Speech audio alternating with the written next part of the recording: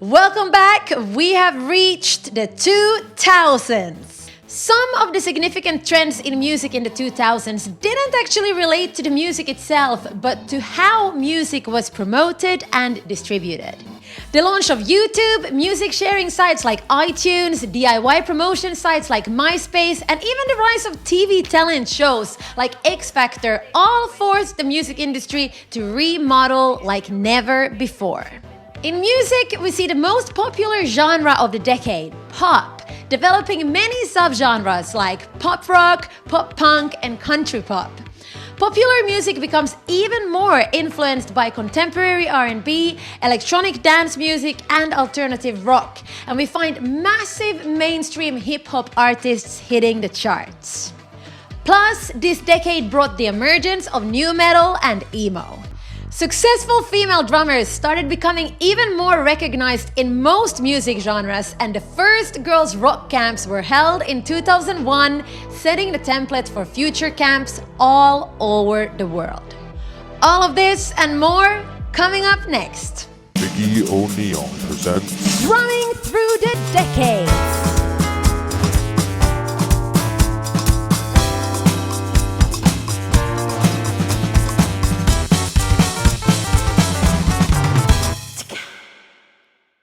Get ready for the launch.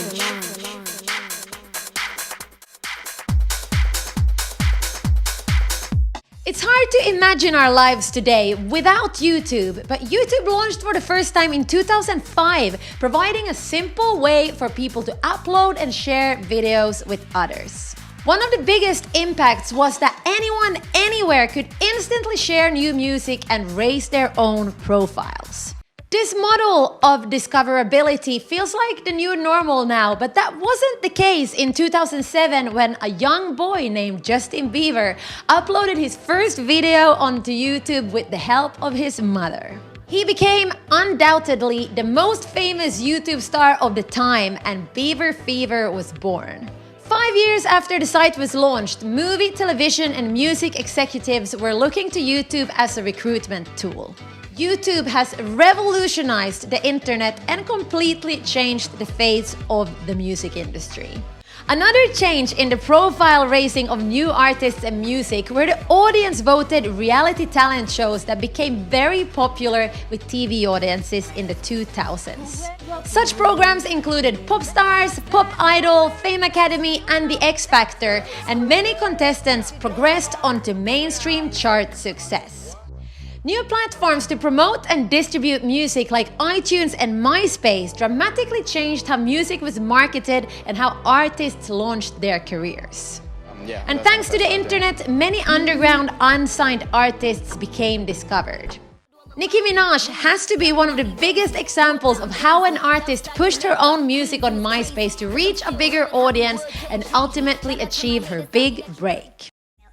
Along with the iPod, iTunes revolutionized the music industry, providing consumers with a simple, portable way of listening to a large library of music. With this a la carte sales model increasing in popularity, consumers no longer only downloaded entire albums, but rather could choose single songs. This, in turn, brought a remarkable decline in conventional album sales on CD and vinyl. The rise of digital media and computers as the primary means to record, distribute, store, and play music caused widespread economic changes in the music industry. This fundamentally changed the relationship between artists, record companies, music stores, and the consumers. Inexpensive recording hardware and software made it possible to create high-quality music in a bedroom and distribute it over the internet to a worldwide audience. This in turn caused problems for recording studios, record producers, audio engineers, and session musicians like many drummers. And the Los Angeles Times reported that by 2009, as many as half of the recording facilities in LA had closed. So this is a time where the acoustic kit player wasn't necessarily needed the same way as before.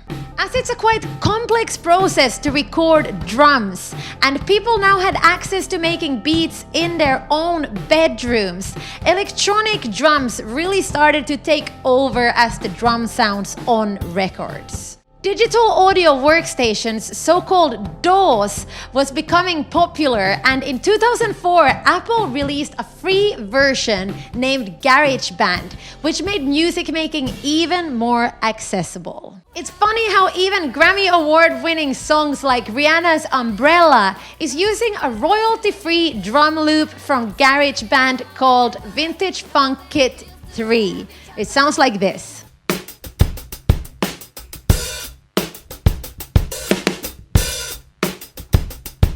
Sounds familiar, right? Rihanna, good girl going bad. So with these kind of pre-made loops now included in digital audio workstations, anyone could now make music without necessarily knowing how to play an instrument. So let me show you in the DAW Ableton how easy it can be to build a beat using loops. Here's a percussion loop I found.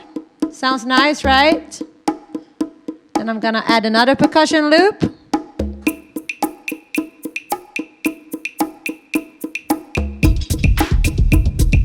Yeah, starting to sound groovy. Woo! Let's add some melodic elements.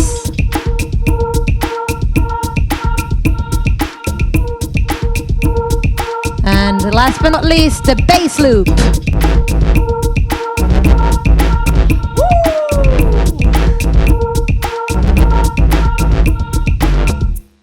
So, as you can see, literally with just a few clicks, you can get something cool going. Then you lay a vocal over that, and boom, you got a tune.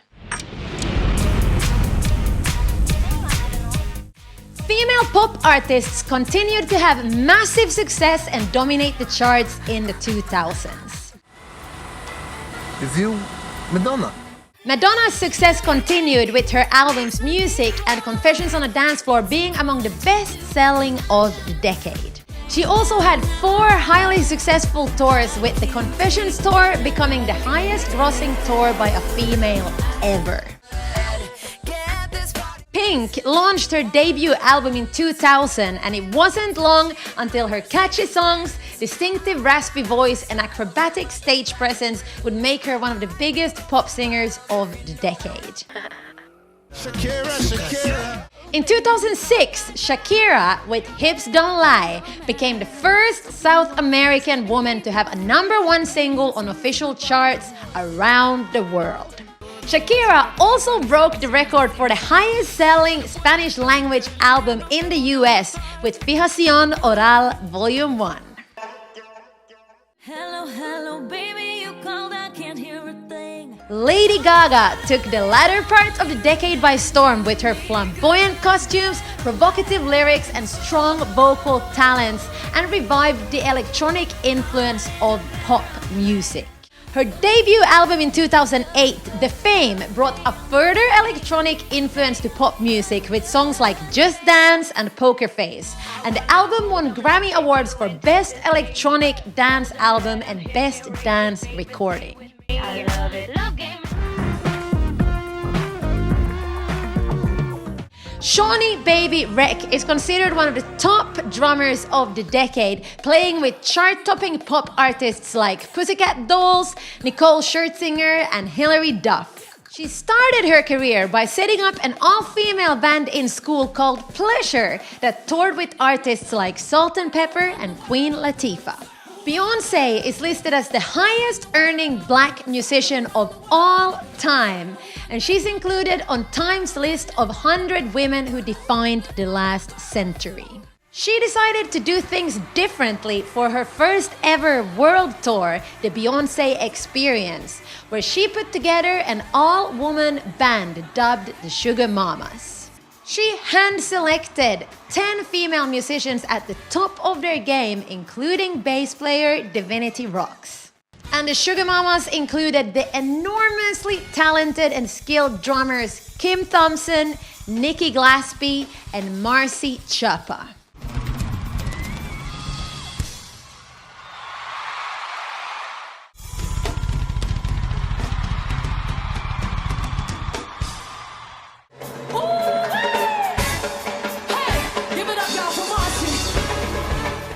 Beyoncé has said that she put the band together to provide more female role models for young girls. In the early 2000s, there was a huge resurgence in pop rock, led by groups like Coldplay and all-female-led groups like the Donnas, Sahara Hot Nights, and the Veronicas.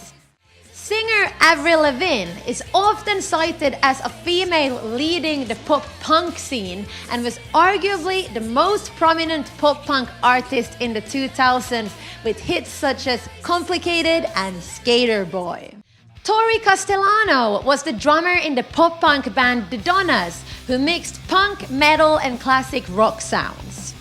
The girls met in 8th grade and formed the band for a school event. They went on to achieve commercial and mainstream success, touring the world, and their music has been featured in numerous films and video game soundtracks. Let's go, girls. Country pop flourished in this decade. The most famous act was Shania Twain, known as the Queen of Country Pop, and Billboard named her as the leader of country pop crossover stars. The all-female country pop group Dixie Chicks landed in deep controversy in 2003 when announcing the band did not endorse the US invasion of Iraq. Their remarks triggered boycotts in the US and backlash from fans. While women vocalists are still making their mark on the country music scene and are more popular than ever, women instrumentalists and especially drummers continue to be a rarity in country music, with a few exceptions. Lisa Pancras is one of the top country drummers today and has worked with many famous country acts. Michelle Joseph is another fascinating country crossover drummer who has performed with artists like Emmylou Harris and Etta James. One more time. Just like pop music in this decade, electronic dance music also branched off with several subgenres. European trance music, popular in the early 2000s, was followed by hard house as the next big craze, with a certain amount of crossover between them. And house music continued through several transitions like disco, funky, and electro house. Artists like Britney Spears and Lady Gaga brought this style to great popularity towards the end of 2008 with their hits such as Britney's Womanizer and Gaga's Poker Face.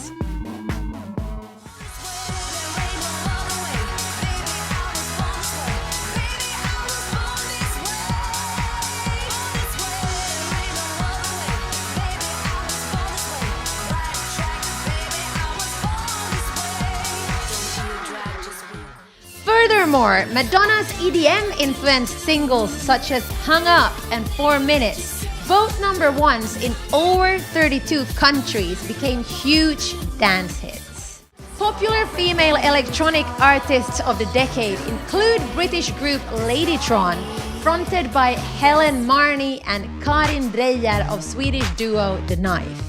The evolution of dance music also heralded the rise of megastar DJs and producers like Tiesto and David Guetta. Swedish singer and songwriter Robin was also recognized as a successful DJ and record producer.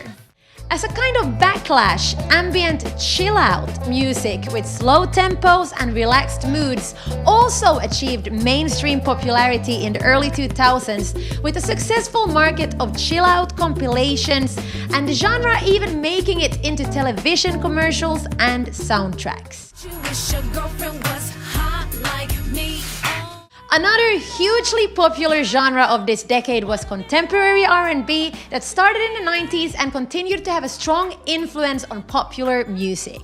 Songs like Say My Name, Independent Woman, and Survivor by Destiny's Child had strong messages about female empowerment. And we also saw artists like Alicia Keys, India Arie, and Erykah Badu hitting the charts.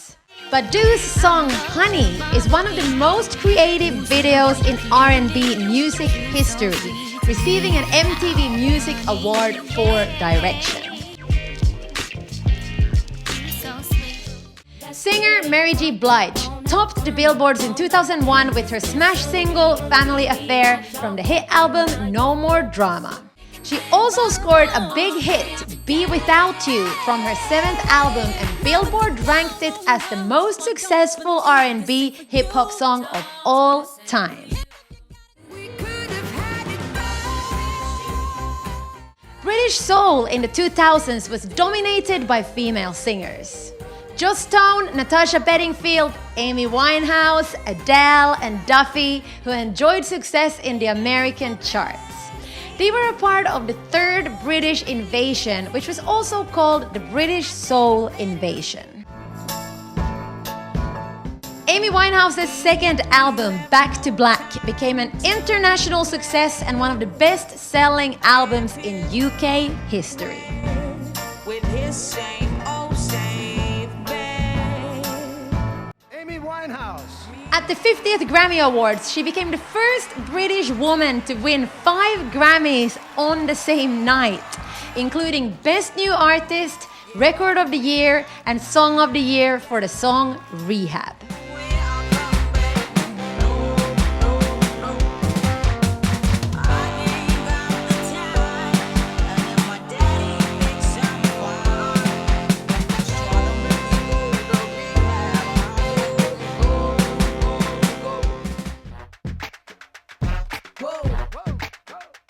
Hip-hop artists such as Eminem, Outkast, The Black Eyed Peas, and Lil' Kim were among the dominant mainstream hip-hop artists of the decade. We now start to see some of the major female hip-hop artists produce their own records as well. Missy Elliott is an American rapper, singer, songwriter, and record producer who has been referred to as the Queen of Rap by several media outlets. Her experimental concepts in her music videos changed the landscape of hip-hop videos. Her catalog of songs include themes of feminism, gender equality, body positivity, and sex positivity since the beginning of her career, being one of the first to center on these topics among hip-hop and R&B performers.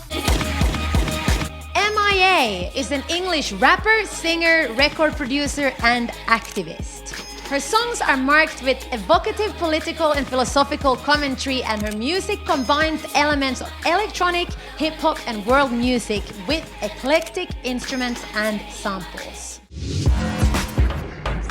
She wrote her first album on a second-hand 4-track tape machine using mainly the Roland 505 Groove Box. She has won multiple awards and is the first person of South Asian descent to be nominated for an Academy Award and Grammy Award in the same year.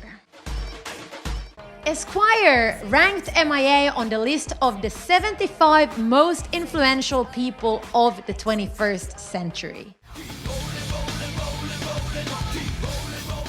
During the early 2000s, a new subgenre of metal started to emerge, called nu metal. The vocal style includes singing, rapping, screaming, and growling. Nu metal became popular in the late 1990s with bands and artists such as Limp Bizkit, Kid Rock, and Rage Against the Machine all releasing albums that sold millions of copies and brought nu metal to the mainstream. And nu metal's popularity continued during the early 2000s with bands such as Evanescence, Papa Roach, System of a Down, and came to a peak with Linkin Park's diamond-selling album Hybrid Theory. Stephanie Eulenberg is the drummer in Kid Rock's backing band Twisted Brown Trucker. She has a reputation as a force behind the drums, and all-female metal bands like Vixen has tried to recruit her. As Kid Rock has gone from nu metal to hip-hop and country ballads, it's been a versatile role to fill behind the drums, and her drumming style ranges from wild hard rock and heavy metal drumming to gentler country drumming. Drummer sensation Maytal Cohen is one of the founding members of the American heavy metal band Maytal. She moved from Israel to LA at age 21 to pursue a career in drumming. And after posting an audition tape for America's Got Talent on YouTube, she suddenly found herself a YouTube sensation. Her first studio album, Alchemy, peaked on the Billboard and hard rock charts. And she has also released an instructional drum DVD set and digital training pack named Maximum Metal. Emo is a genre characterized by confessional lyrics and emotional expression, thus the name emo, and can also be referred to as emotional hardcore or emo-core. It broke into mainstream culture in the early 2000s, and the use of the term emo expanded beyond the music world, becoming associated with fashion, hairstyle, and other aesthetic attributes of culture. Famous emo bands include Fall Out Boy, My Chemical Romance, Panic at the Disco, and Paramore.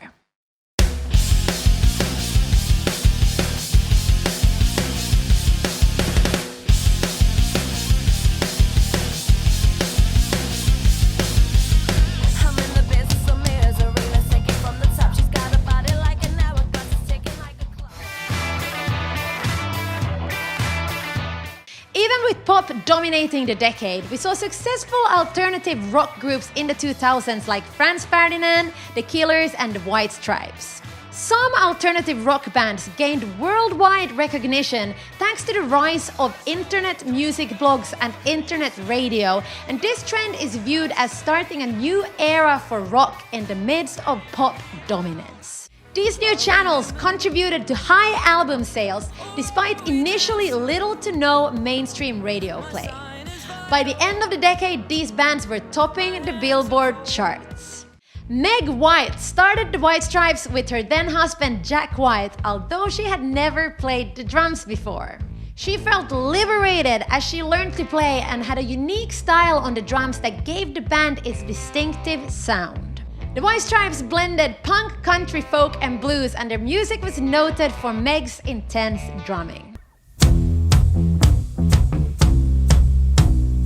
In 2001, they released the album White Blood Cells, which gave them international fame, and in 2002, they won 3 MTV Music Awards. Samantha Maloney is a drummer best known for playing in the bands Hole and Mötley Crüe. She has also performed with Eagles of Death Metal and Peaches. Samantha was on the road with Hole at the height of their popularity, playing sold-out arenas around the world, doing TV shows as well as Hole's recordings and videos.